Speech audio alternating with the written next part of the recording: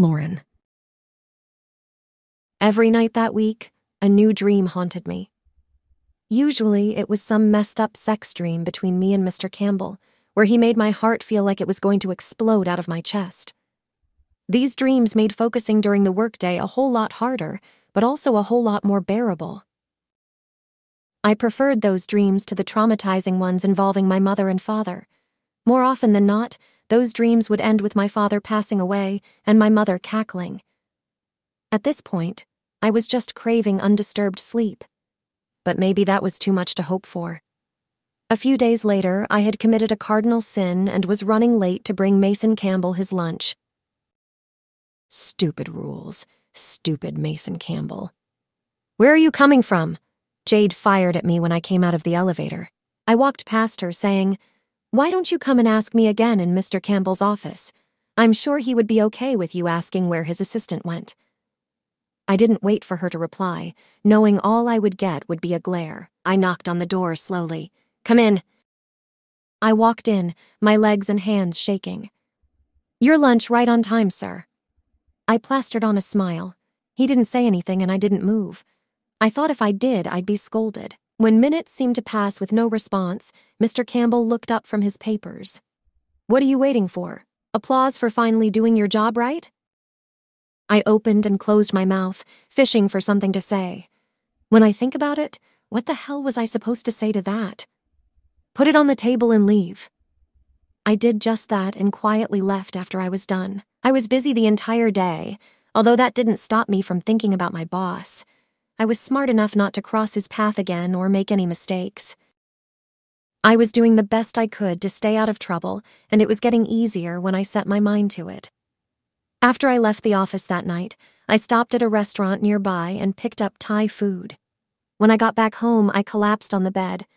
I didn't realize how exhausted I was until I hit the bed. For 3 days, I managed to stay on Mr. Campbell's good side. It's not that the rudeness stopped. No, he just stopped insulting me. It was progress. He was getting used to seeing me, although he never missed the chance to remind me it was only a temporary job. If I stepped out of line, it was over for me. He also made it a point to keep reiterating that he owned me, that I was under his beck and call from now until the end of time. I was getting sick of the demeaning comments, but he was right. I needed the job, desperately, and my bet was that he could smell the desperation coming off of me in waves as my father's condition worsened. I was getting used to seeing Aaron and Athena, and being friends with them was great. Jade hadn't stopped harassing me with her words, but all she got in return was several eye rolls, which really was like a slap, since she expected me to engage in a verbal sparring match with her. I was a grown-up. Clearly, she missed that part.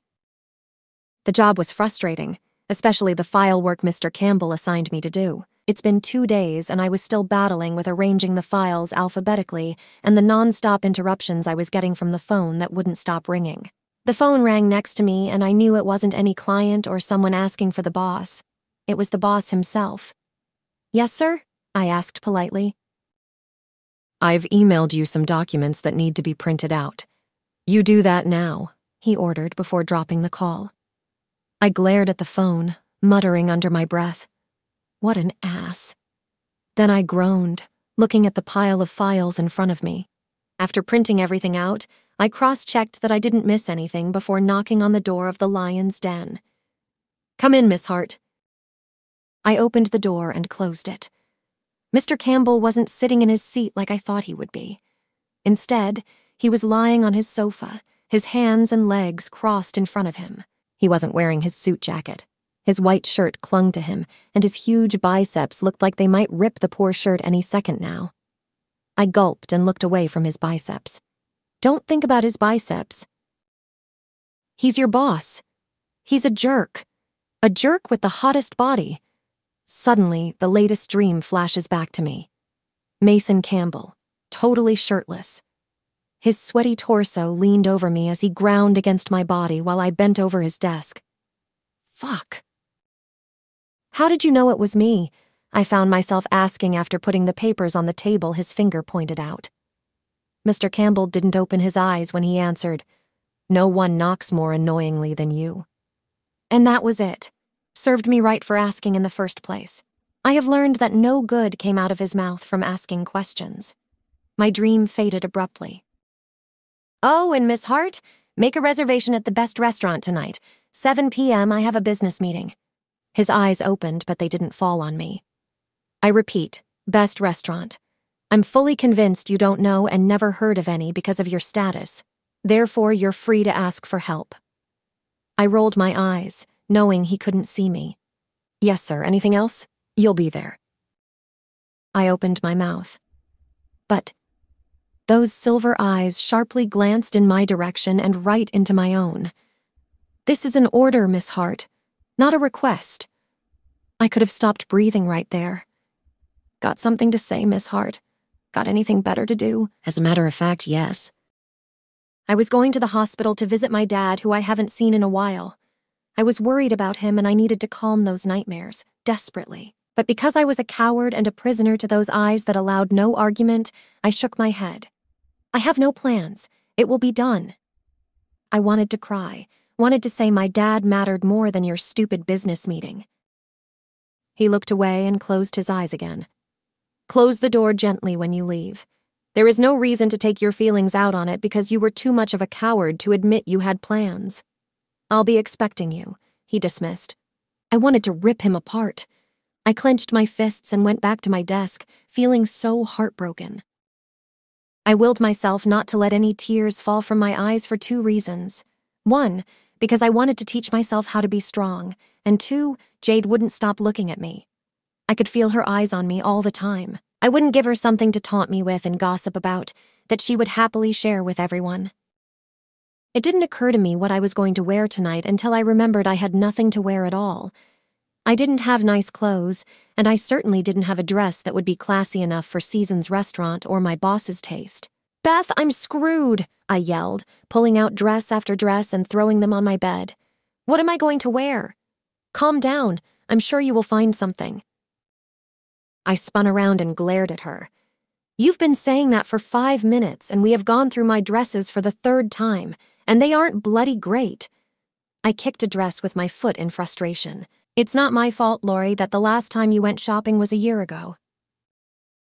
"But you know why I don't spend my money. It all goes to my dad's medical bills. Ugh, I don't know what to do," I groaned, falling back down on the bed. "Oh, I have a great idea," she suddenly exclaimed, making me rise from the bed. "Let's go to Melt's and shop." "Are you kidding me?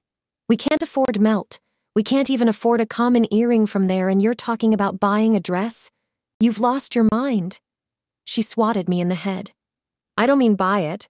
I mean, yes, we should buy it, but you can return it afterward. You just have to make sure Mr. Campbell doesn't see the tag and have more reason to insult you."